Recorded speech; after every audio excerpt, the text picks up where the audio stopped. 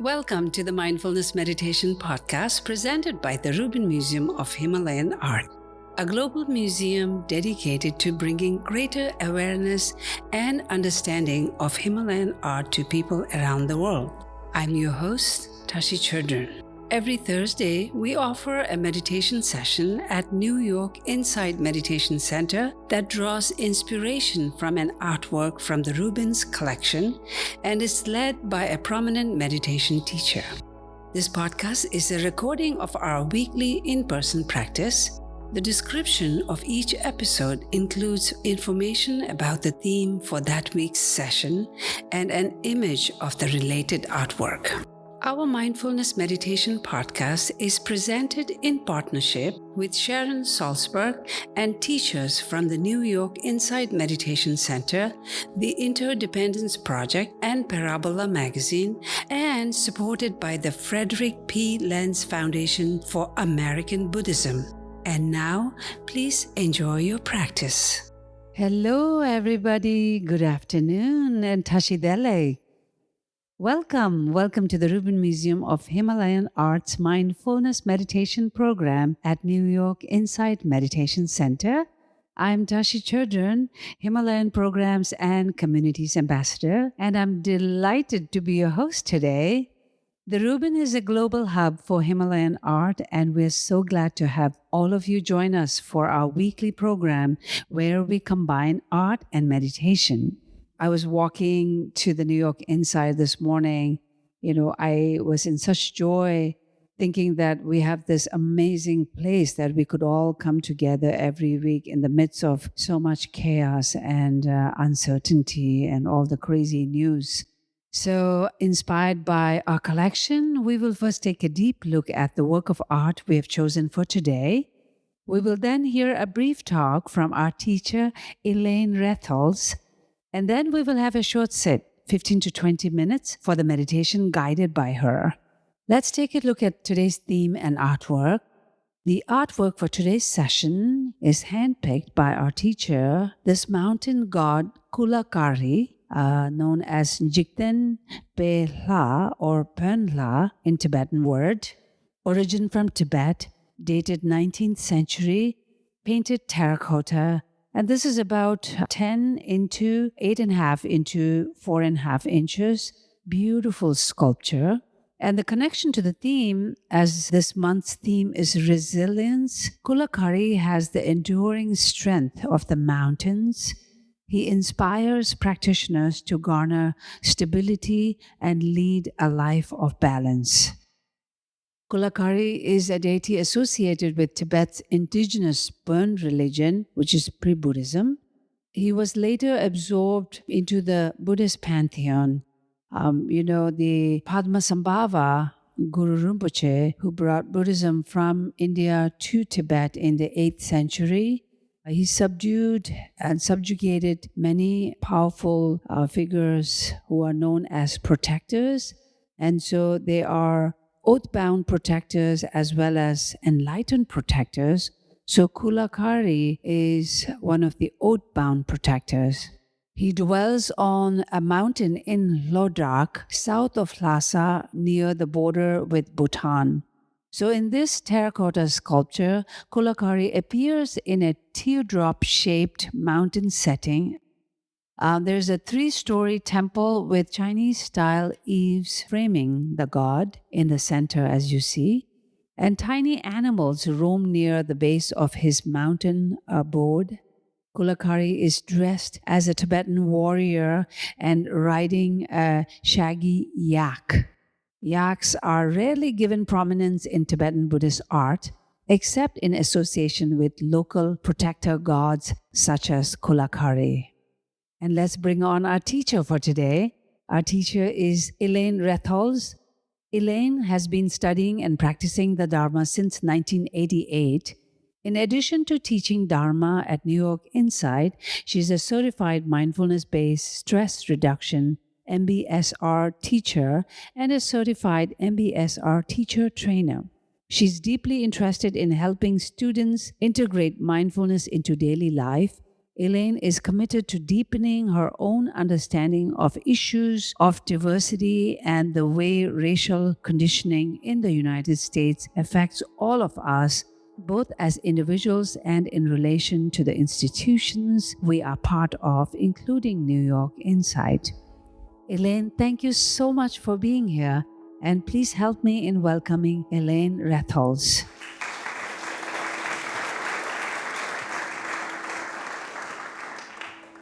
So thank you. Uh, that was an amazing talk, Tashi. Thank you so much. So, resilience and mountains.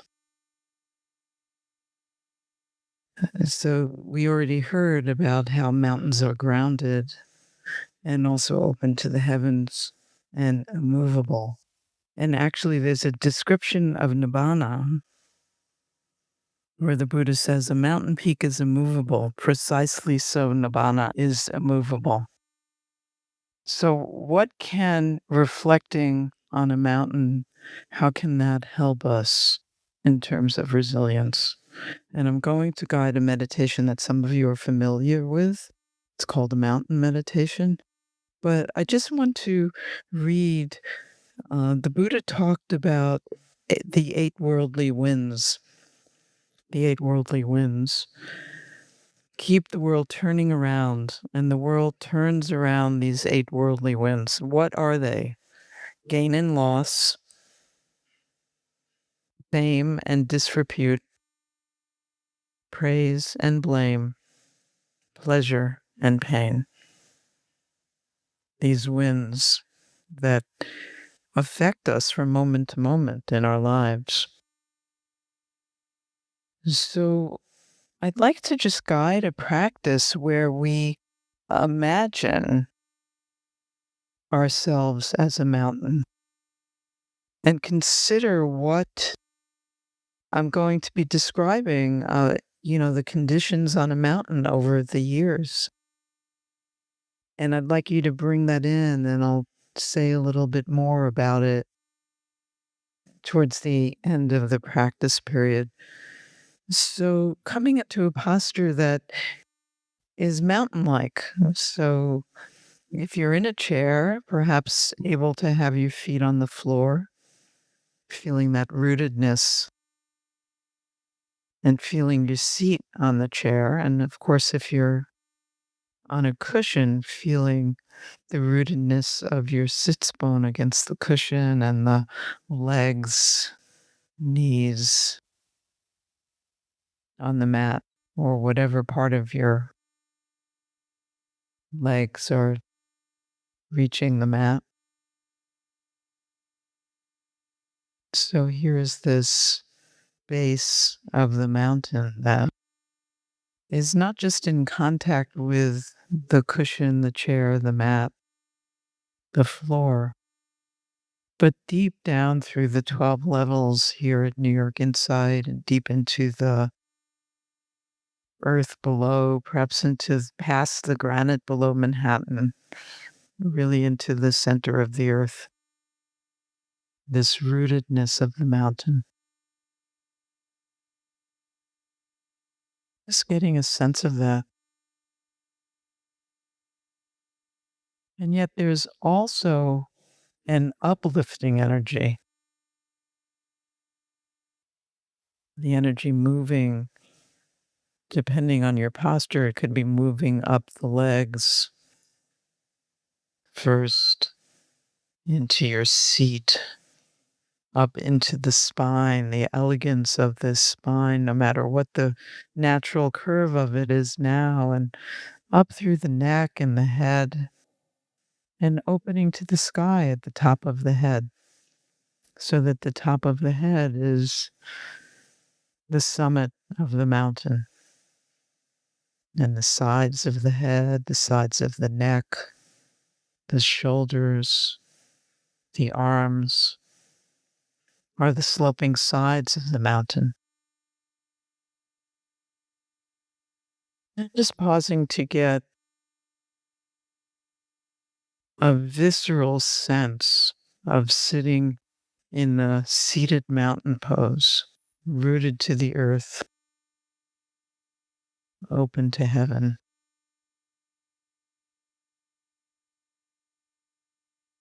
and feeling this body breathing,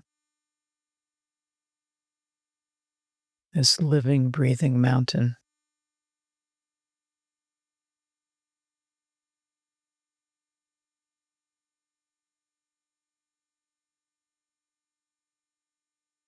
And I invite you to remember or imagine, perhaps remembering a mountain that you're familiar with, maybe one that you live near or vacation near, or it could be one that you've just seen pictures of, or maybe you have a picture on your wall. And it could be any mountain. It could be an East Coast mountain that's lower and rounder, older, covered with evergreens, as well as deciduous trees. Or it could be a more majestic mountain, west in the west, or in Asia, Tibet, or Europe. That's rocky, majestic, covered with snow all throughout the year, perhaps. Whatever it is for you.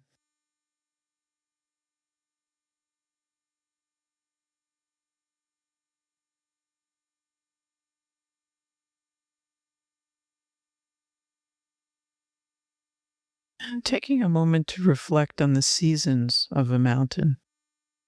Here in the Northeast, as spring is beginning, there may be melting snow, the streams, depending on the snowfall this winter, can be rushing full. There can be a lot of branches down and trees down from the winds and the ice. Yet also the beginnings of wildflowers, snowdrops. Depending on where you are, maybe the first fiddlehead ferns are coming out and garlic scapes. And the animals waking up from hibernation, beginning to move over the surface. And as the days go on, some days sunny and clear like today, some days cloudy, rainy. It's not too late for snow. And even over the course of a day, how the conditions on the mountain shift, light shifts, the temperature shifts, the weather.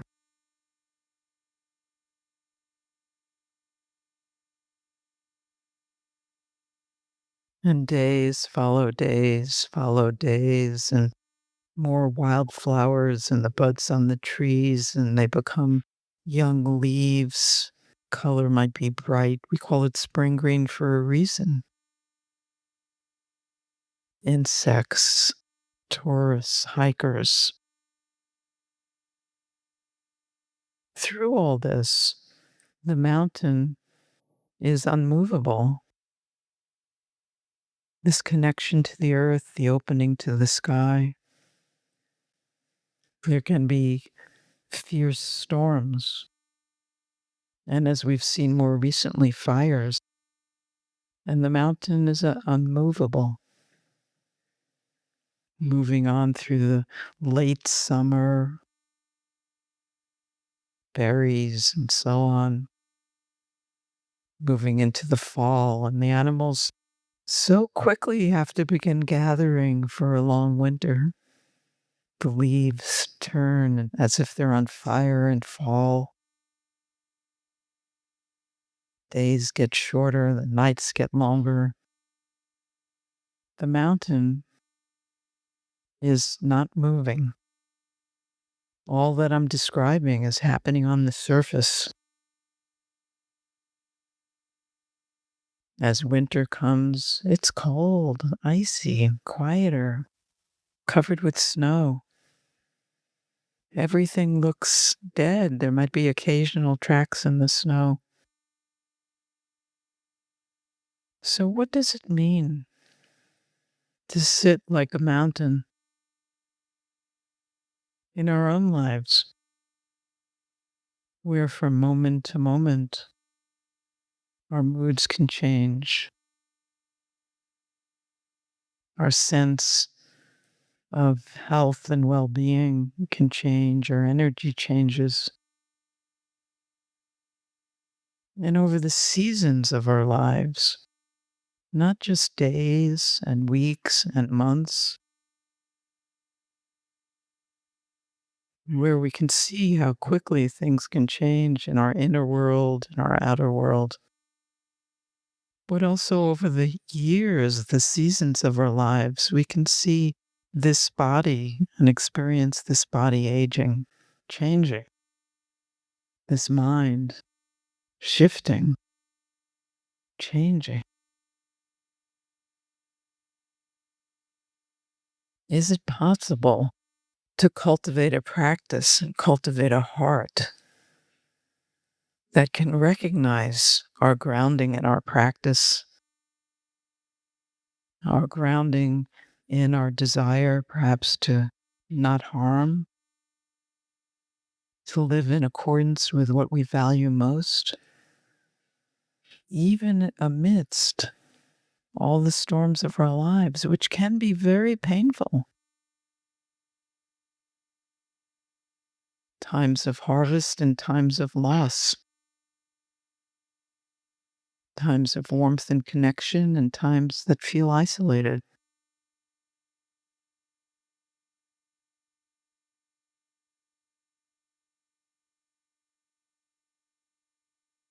What does it mean to sit like a mountain amidst these worldly winds of praise and blame, pain and pleasure, gain and loss, fame and disrepute, as they rise and fall inevitably in our lives? So, just taking some time now, sit like a living, breathing mountain connected to what we value the most and open to the heavens.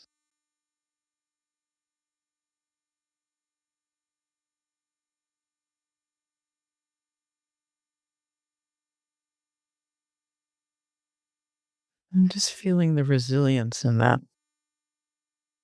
the unshakable resilience that can be possible for us in the midst of changing circumstances.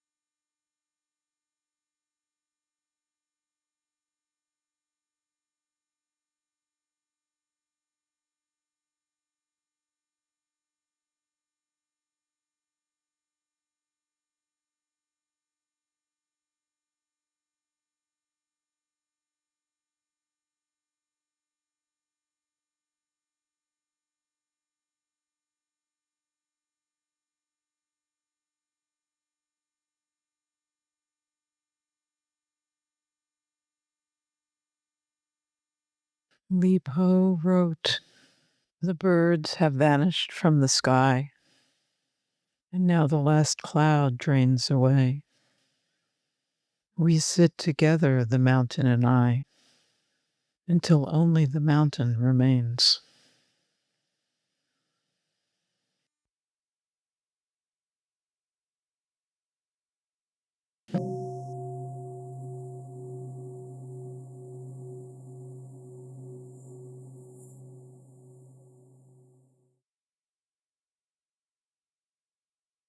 Thank you for your practice. Thank you so much. That was so beautiful. Only the mountain remains. Such a beautiful process of seeing ourselves disappearing and the mountains remaining. Beautiful teaching. Thank you.